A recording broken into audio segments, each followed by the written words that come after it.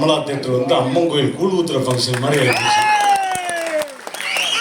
எனக்கு தெரிஞ்சு சமீபத்தில் ஒரு இசை வெளியீட்டு விழா, அரங்கம் நிறைந்த இசை வெளியீட்டு விழான்னா அது இப்போ நடக்கிற நம்ம மக்கள் நாயகனுடைய இசை வெளியீட்டு விழா.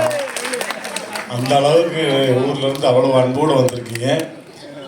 எனக்கு வந்து இந்த விழாவில் வந்து முக்கியமான விஷயம் என்ன அப்படின்னா, தம்பி லியோ சிவா 2 நாளைக்கு முன்னாடி லியோனி அண்ணனுடைய பர்த்டே, அங்கே நான் பார்க்கும்போது சொன்னால் இந்த மாதிரி படத்தோடைய இசை வெளியீட்டுலாம் இருக்குன்னு. இயக்குனரோ மற்ற யாரும் சைட்லேருந்து நமக்கு வந்து ஒன்றும் அழைப்பு இல்லை. ஆனால் கேஸ் ரவிக்குமார் சார் சொன்னார் இல்லையா, இந்த படத்தில் ஒரு நாள் நடித்தா கூட எனக்கு ஒரு பெரிய சிறப்பு அப்படின்னு. அது மாதிரி இந்த மேடையில் எனக்கு கிடைச்சாலே பெரிய சிறப்பு அப்படின்னு எங்களுடைய அன்பு அண்ணன் மக்கள் நாயகனுக்காக நான் வந்தேன். ஒரே ஒரு விஷயம் என்னன்னா, எனக்கு ஒரு விருது வழங்கும் விழா நடந்துச்சு, அண்ணன் ஞாபகம் இருக்குன்னு நினைக்கிறேன். அந்த விருது வழங்கும் விழாவில் நான் உட்காந்துருக்கேன். பெஸ்ட்டு காமெடியனுக்கான விருது எனக்கு கொடுக்குறாங்க.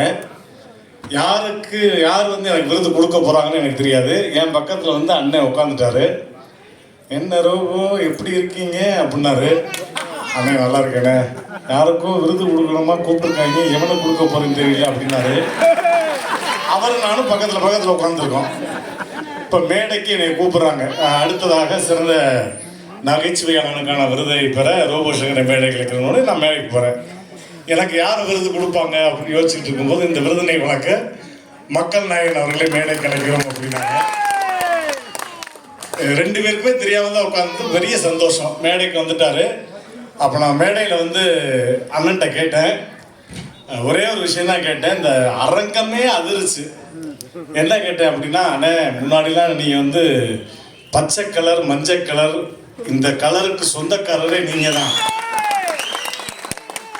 ஆனால் என் சமீபத்தில் அதே காஸ்டியூம் போட்டால் எல்லாருமே என்ன ராமராஜன் டவுசரை போட்டுக்கிட்டு தெரியுறாங்க. ஏன்னா கோடு போட்ட டவுசர் போட்டால் ராமராஜன் டவுசர் போட்டுக்கிட்டு தெரியுறீங்க, ராமராஜன் சட்டையை போட்டுக்கிட்டு தெரியுறீங்க அப்படின்னு கேலி கிண்டல் பண்ணாங்க. ஆனால் இன்னைக்கு ஜென்ரேஷன் ஃபுல்லாக அதைத்தானே ஃபாலோ பண்ணுறாங்க. ரைட் சைடில் ஒரு பேண்ட் கலர் இருக்குது, லெஃப்ட் சைடில் ஒரு பேண்ட் கலர் இருக்குது, ரைட் சைடில் ஒரு ஷூ லேஸ் வந்து பச்சை கலர் இருக்குது, லெஃப்ட் சைடில் ஒரு வந்து லேஸ் ஒரு கலரில் இருக்குது. எல்லாம் உங்களை தானே ஃபாலோ பண்ணுறாங்க இன்னைக்கு ஜென்ரேஷன் 2K கிட்ஸ் ஃபுல்லாக. அப்படி நீங்கள் தானே ட்ரெண்டே அப்படின்னு அதுக்கு அண்ணே ஒரு பஞ்சு சொன்னார் மேடையில். அந்த அரங்கமே அதிர்ச்சி. என்ன அப்படின்னா, அட போங்கிறவோ இந்தியன் கரன்சியே நம்ம கலர் தானே அப்படின்னாங்க. அது வந்து மறக்கவே முடியாது. அந்த மாதிரி வந்து ஸ்பான்டனிஸாக அடிக்கிறது. ஸோ இந்த விழாவில் நான் கலந்துக்கிட்டதை வந்து நான் ரொம்ப பெருமையாக நினைக்கிறேன். அவருடைய உங்களை மாதிரி நானும் ஒரு மிகப்பெரிய ரசிகன் அண்ணனுக்கு.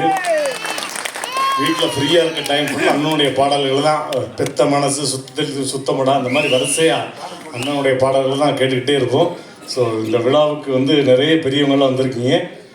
திரைப்படம் மிகப்பெரிய வெற்றியடைய வாழ்த்துக்கள். அடுத்த திரைப்படம் மக்கள் நாயகனும் நடிக்க வாய்ப்பு இருந்தால் நான் தயாராக இருக்கிறேன். இந்த நேரத்தில் தெரிவித்துக்கொண்டு வாய்ப்பு கிடைத்தமைக்கு நன்றி கூறி விடைபெறுகிறேன். நன்றி, வணக்கம். தேங்க்யூ.